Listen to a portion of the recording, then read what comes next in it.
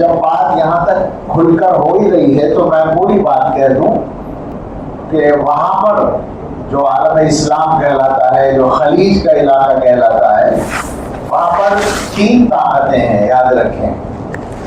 یہ جو لوگ، جو علماء تاریخ سے اور پورے علاقے کی صورتحال سے اور سیاست سے اور شریعت سے واقف ہیں، ان کا تجزیہ یہ ہے کہ وہاں 3 طاقتیں ہیں۔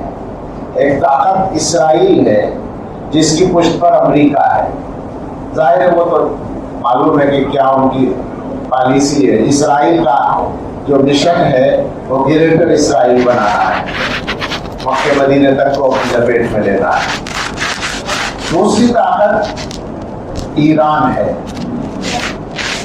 اس کا جو مشن ہے وہ شیعی فاطمی خلافت کو قائم کرنا ہے، اسلامی کے نام پر۔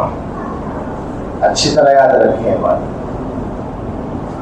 تیسری طاقت یہ ممالک ہیں جو ہمارے اہل سنت کے ممالک ہیں، ان کا مسئلہ یہ ہے کہ فی الحال وہ اپنی کمزوریوں کی بنیاد پر اتنا کوئی منصوبہ غالباً سامنے نہیں رکھتے کہ ان کی کوئی اس میں اہمیت ہو۔ وہ تو یا ان کے تابع ہو رہے ہیں یا ان کے تابع ہو رہے ہیں، لیکن اصل عالم اسلام وہی ہے جو ان کے پاس ہے۔ وہ سعودی عرب ہے، کویت ہے، عراق ہے، قطر ہے، فلاں ہے۔ عراق میں بھی اب تو شیعی حکومت ہے، لیکن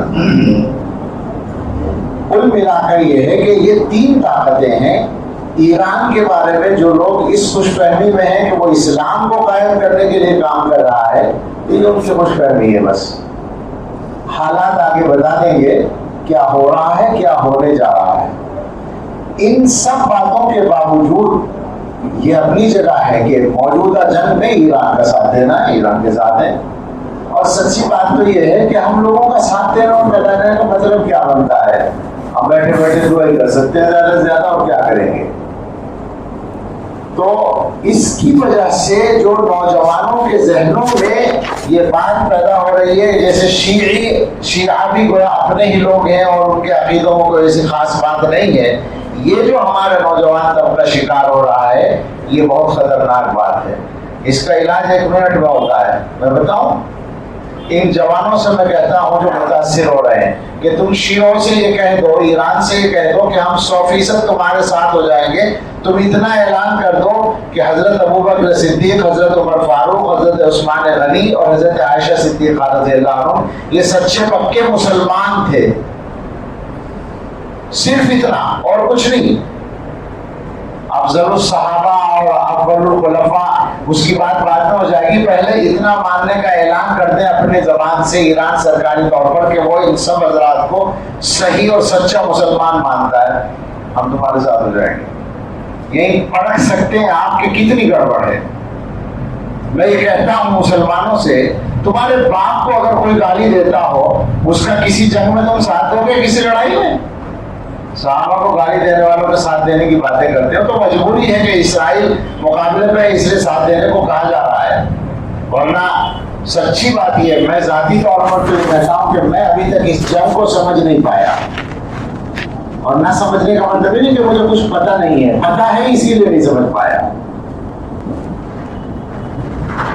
جو سچائی ہے اس لیے میں سمجھ نہیں پا رہا ہوں کہ صورتحال حقیقی کیا ہے، اور جیسے جیسے وقت آگے گزرے گا وہ بتا دے گا۔ ہمیں تو یہ کہنا ہے آپ سے، آپ یاد رکھیں اگر یہ جنگ کرنے میں ایران 100% صحیح نیت بھی رکھتا ہو تو بھی لازم نہیں آتا کہ اس کے عقیدوں کو صحیح مان لیا جائے۔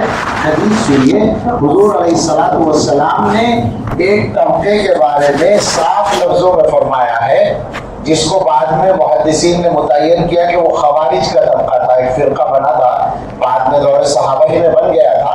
حضور علیہ الصلوۃ والسلام نے فرمایا تھا ایک قوم آئے گی، کچھ لوگ آئیں گے، وہ نماز ایسی پڑھیں گے کہ تحقرون صلاتکم من صلاتہم، ان کی نمازوں کے سامنے تم اپنی نمازوں کو حقیر سمجھو گے، ان کے روزوں کے سامنے تم اپنے روزوں کو حقیر سمجھو گے۔ ایسی اچھی نماز، روزہ، تقویٰ، اور یقرؤون القرآن، وہ قرآن بھی پڑھیں گے لیکن قرآن ان کے حلق سے نیچے نہیں اترے گا، اور وہ دین سے اس طرح نکل جائیں گے جیسے شکار سے تیر نکل جاتا ہے. یمرقون من الدین کما یمرق السهم من الرمیہ. سوال یہ ہے کہ ایک طبقہ نماز بھی شاندار پڑھ رہا ہے, روزے بھی اچھے رکھ رہا ہے, قرآن بھی پڑھ رہا ہے, اور اللہ کے رسول فرماتے ہیں کہ وہ دین سے نکل جائے گا. اس کا مطلب یہ ہوا کہ خالی عمل کا ٹھیک ہونا کافی نہیں ہے, عقیدے کا اور فکر کا صحیح ہونا ضروری ہے. اس لیے ذہنوں کو ٹھیک کر لیں اور حالات کو ذرا صحیح تناظر میں دیکھنے کی